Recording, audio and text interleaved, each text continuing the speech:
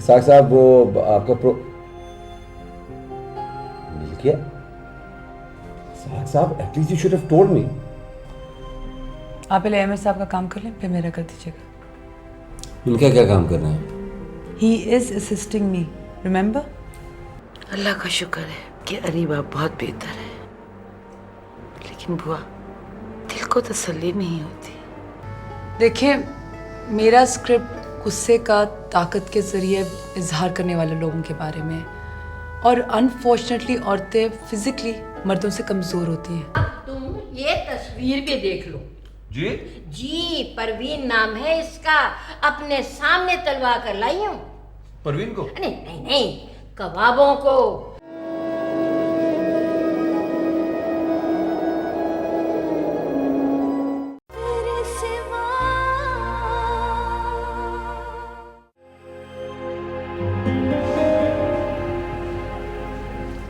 तो फिर करूं डॉक्टर को जात को फोन?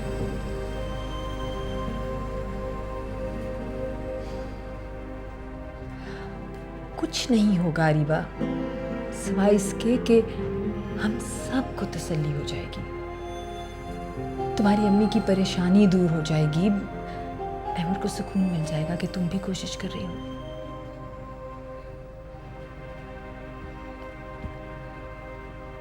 करो फोन।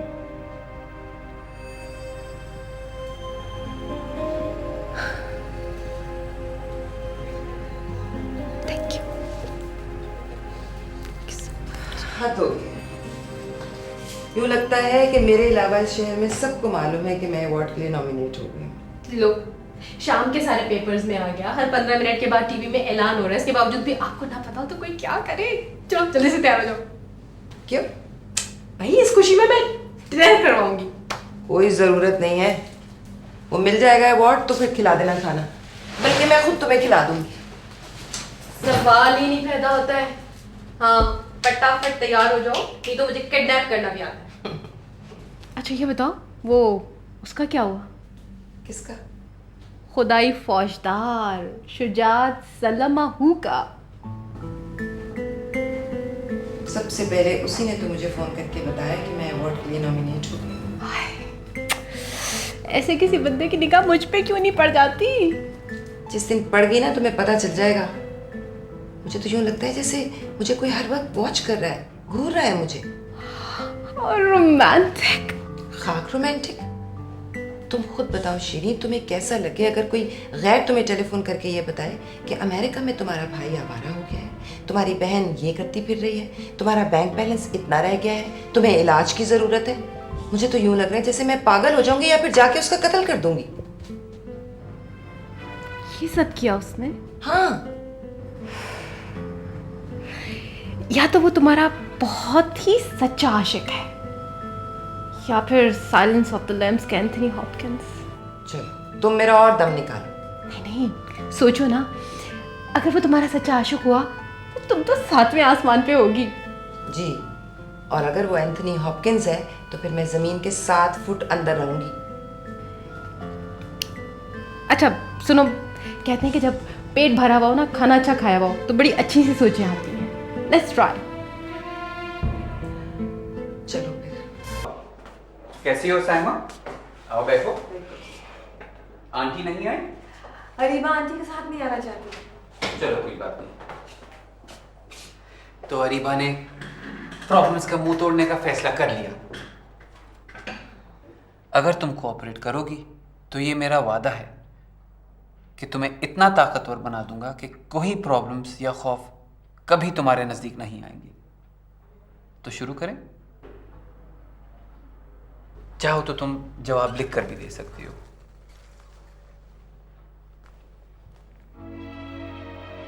मैंने तुम्हारी रिपोर्ट्स देखी थी अरीबा, उनमें ऐसी किसी इंजरीज का जिक्र नहीं था जिससे तुम्हारी जबान या आवाज पर असर हो। क्या कुछ बता सकती हो तुम? नहीं बताना चाहती? ठीक है, ना बताओ। चलो ये बताओ कि कितने घंटे सोती हो? मेरा मतलब है कि नींद आराम से आती है?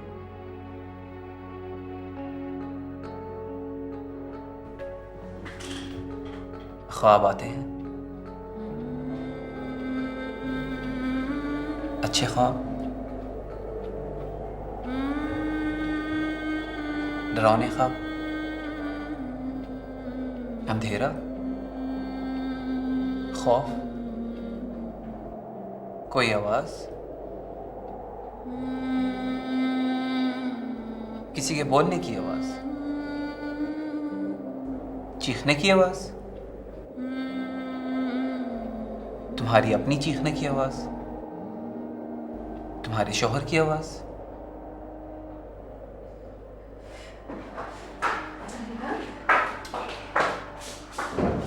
अरीबा, सबसे पहले तो ये याद रखो कि हम सब तुम्हारे साथ हैं। अब तुम बिल्कुल महफूज हो। दूसरा ये कि जो कुछ तुम मुझे बताओगी वो सिर्फ तुम्हारे और मेरे दरमियान रहेगा। चाहो तो साइमा की भी जरूरत नहीं है। आओ, आके बैठ जाओ। शाबाश।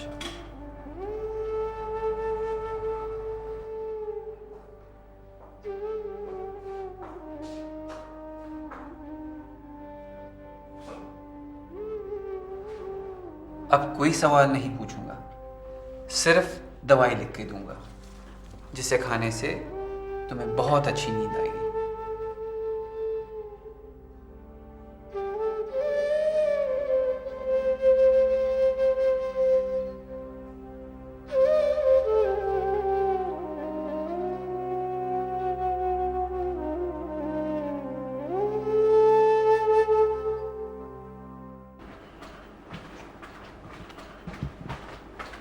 मुझे देर तो नहीं हो गई?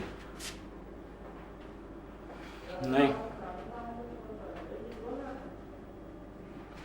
क्या हुआ है? कुछ नहीं।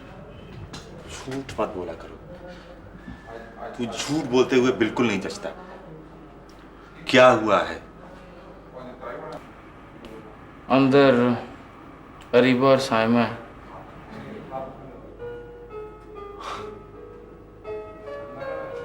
इसका मतलब है कि बर्फ पिघल रही है।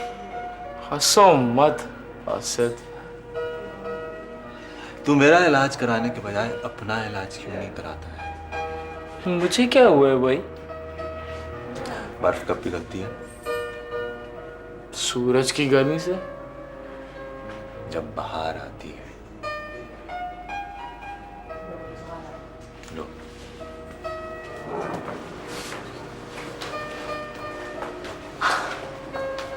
बासित, क्या हाल है आपका? लोगों का कहना है कि मेरी तबीयत खराब है। झूठ बोलते हैं लोग। मेरा भी यही ख्याल है। बिल्कुल। कैसी हो अरीबा? चलो बासित, डॉक्टर बजाज ला कर रहे। बहुत ही बदअखलाक आदमी हो यार। साइमा और अरीबा आई हैं, इन्हें चाय पिलाओ। यहाँ पर? नहीं, गुल मोहम्मद के ठेले पे। यार किसी अच्छी सी जगह ले जाकर चाय पिलाओ। बासित, हम यहाँ तुम्हारा इलाज कराने आए, चलो अंदर। मैं वजाहत के कमरे में खुद चल कर भी जा सकता हूँ। तुम्हें मेरी उंगली पकड़ कर ले जाने की जरूरत नहीं है। बासित देखो, हम चाय फिर कभी भी पी सकते हैं। नहीं नहीं, ठीक है, आज चलते हैं। ओके, चलें चलें प्लीज।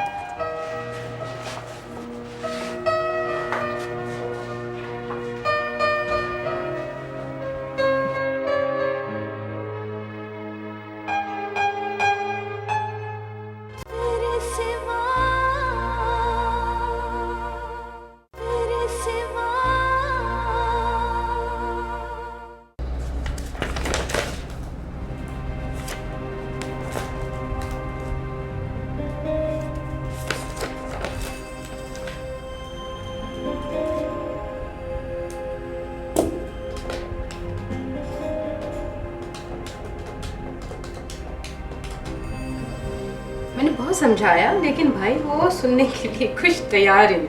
अच्छा, जी बात है। हाँ, वो एक बैग जो है ना। हेलो, समन बोल रही हूँ। आई एम सॉरी निकार, मैंने पहले फ़ोन नहीं किया। कॉन्ग्रेचुलेशंस। बहुत शुक्रिया। हाँ, देख लो, उन लोगों ने मुझे नॉमिनेट तो कर ही दिया। तुम फिक्र मत करो, तुम्हें अवार्ड मिल जाएगा।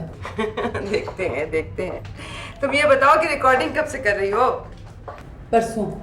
मैंने तुम्हारे लिए तो कपड़े बनवा लिए हैं, तुमने और क्यों कपड़े बनवाए? नहीं, मैंने तो नहीं बनवाए। फिर किसी बुटीक ने स्पॉन्सर किए हैं? नहीं, लेकिन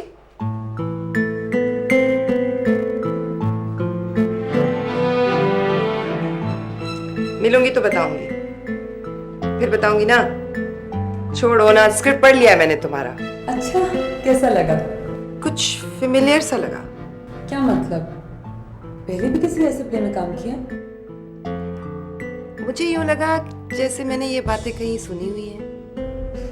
चलो ये तो अच्छी बात है, तुम्हें एक्टिंग करने में मजा भी आएगा और आसानी भी होगी। I guess so। हाँ, ठीक है, तुमसे कल मुलाकात होगी। Okay, thanks for calling. हाँ, बहुत शुक्रिया। मुझे तो कहीं से नॉर्मल नहीं लगा, पहले से कहीं ज्यादा होशो हवास वाला और अक्लमंद आदमी लगा। वैसे बिल्कुल ठीक ठाक है, बस किसी बात उस पर दौरा पड़ जाता है। लो, वो तो सब पे पड़ता है, सब गुस्से में पागल हो जाते हैं। मेरे मियाँ वो गुस्से में दरवाजे धड़धड़ाते हैं, मैं प्लेटें तोड़ती हूँ। इसकी पेंटिंग का क्या हाल है? पेंटिंग और स्केचेस बराबर करता है। वही ऐसा? हाँ, और कौन? बहुत ही खूबसूरत स्केचेस होंगे, आई कैन टेल, है ना? बहुत जबरदस्त होते हैं, बहुत जबरदस्त। तो तुम उसकी ड्राइंग्स की एग्जीबिशन क्यों नहीं करते? बासित नुमाइश का कायल ही नहीं, कहते हैं मैं आर्ट अपने लिए करता हूँ, दुनिया के लिए नहीं। आर्ट तो दिखाने के लिए होता है। वैसे इस पे बहस हो सकती है। वैसे मैं खुद भी चाहता हूँ कि उसकी पेंटिंग और स्केचेस की एक एग्जीबिशन होनी चाहिए। रीबा का क्या हाल है? पेंटिंग हो रही?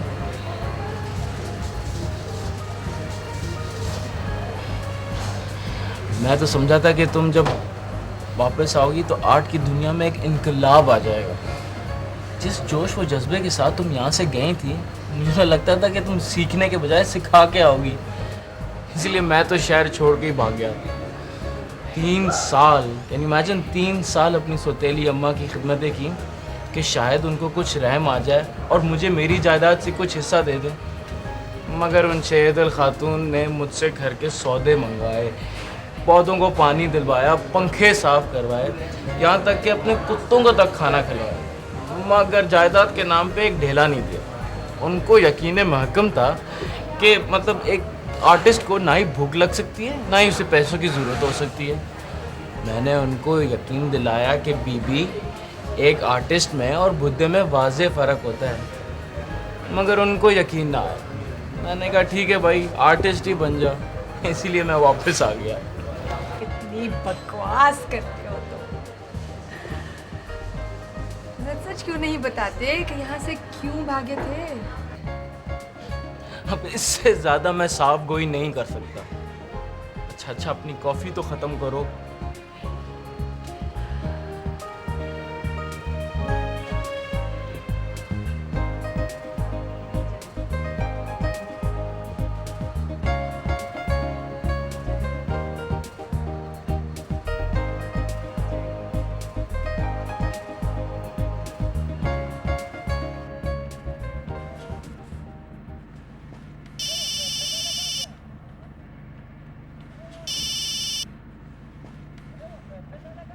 हेलो। कहाँ जा रही है? आज तो आपकी कोई रिकॉर्डिंग भी नहीं थी। आपने फिर वही हरकत की। कौन सी हरकत? फिर कपड़े भिजवाया आपने। छोड़े निगार, छोटी छोटी बातों पे तवज्जो ना दें। मेरे पास आपके लिए बहुत अच्छी खबर है। कैसी खबर? जिस अवार्ड के लिए आप नॉमिनेट हुई थी ना, वो अवार्ड क्या? आप जीत चुकी हैं। आपको कैसे मालूम है? ये बात तो आखिर वक्त तक किसी को मालूम नहीं होती। निगार, मेरा काम ही ये है। मैं वो बातें मालूम करने का हुनर जानता हूँ जो दूसरे मालूम नहीं कर सकते। ये कोई बहुत काबिल फख्र बात तो नहीं है ना? फ़ख्र मुझे सिर्फ इस बात पे है कि खुशखबरियाँ सबसे पहले मैं ही आपको पहुँचाता हूँ और आपके चेहरे की मुस्कान मेरे हिस्से में आ जाती है। हो सकता है मुझे गुस्सा आ रहा हो। निगार, आपका गुस्सा भी तो किसी खुशकिस्मत के ही हिस्से में आएगा ना। हालांकि मेरी ख्वाहिश तो ये है कि आपके तमाम मिजाज सिर्फ मेरे लिए हो। ये रंग आप पे बहुत जच रहा है निगार।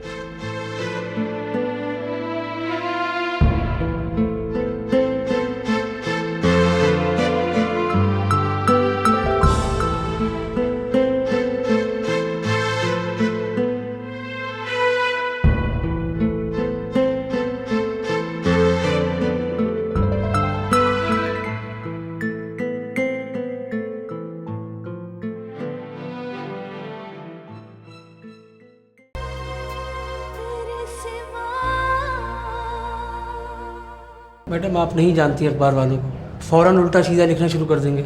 मैं उन्हें बहुत अच्छी तरह जानती हूँ। एक दफ़ा भुगत चुकी हूँ, दोबारा नहीं भुगतूंगी। ठीक, पहले भुगत चुकी हैं आप? मैं आपको ड्रॉप कर सकता हूँ अगर आप चाहें तो। ठीक है, फाइन, चले। मैंने ख्वाब में देखा कि काला धुआं और उसमें बिटिया हाथ पांव मार रही है निकलने के लिए। फिर मैंने देखा कि तेज बारिश हो रही है और उसमें बिटिया भीग रही है। एमिर साहब, वैसे इस वक्त हम अपने ऑफिस में नहीं हैं। एक चीज़ होती है सेल्फ रिस्पेक्ट। मैं कोशिश कर रहा हूँ कि ऐसी कोई बात ना हो जाए कि मैं सोचने पे मजबूर हो जाऊँ कि मैं वाकई फजूल आदमी हूँ। फिर ये 8 वाट की भैंस को गोली मारो, एग्जीबिशन करो या बेच दो, तुम बादशाह हो, जो तुम्हारा जी में आए करो।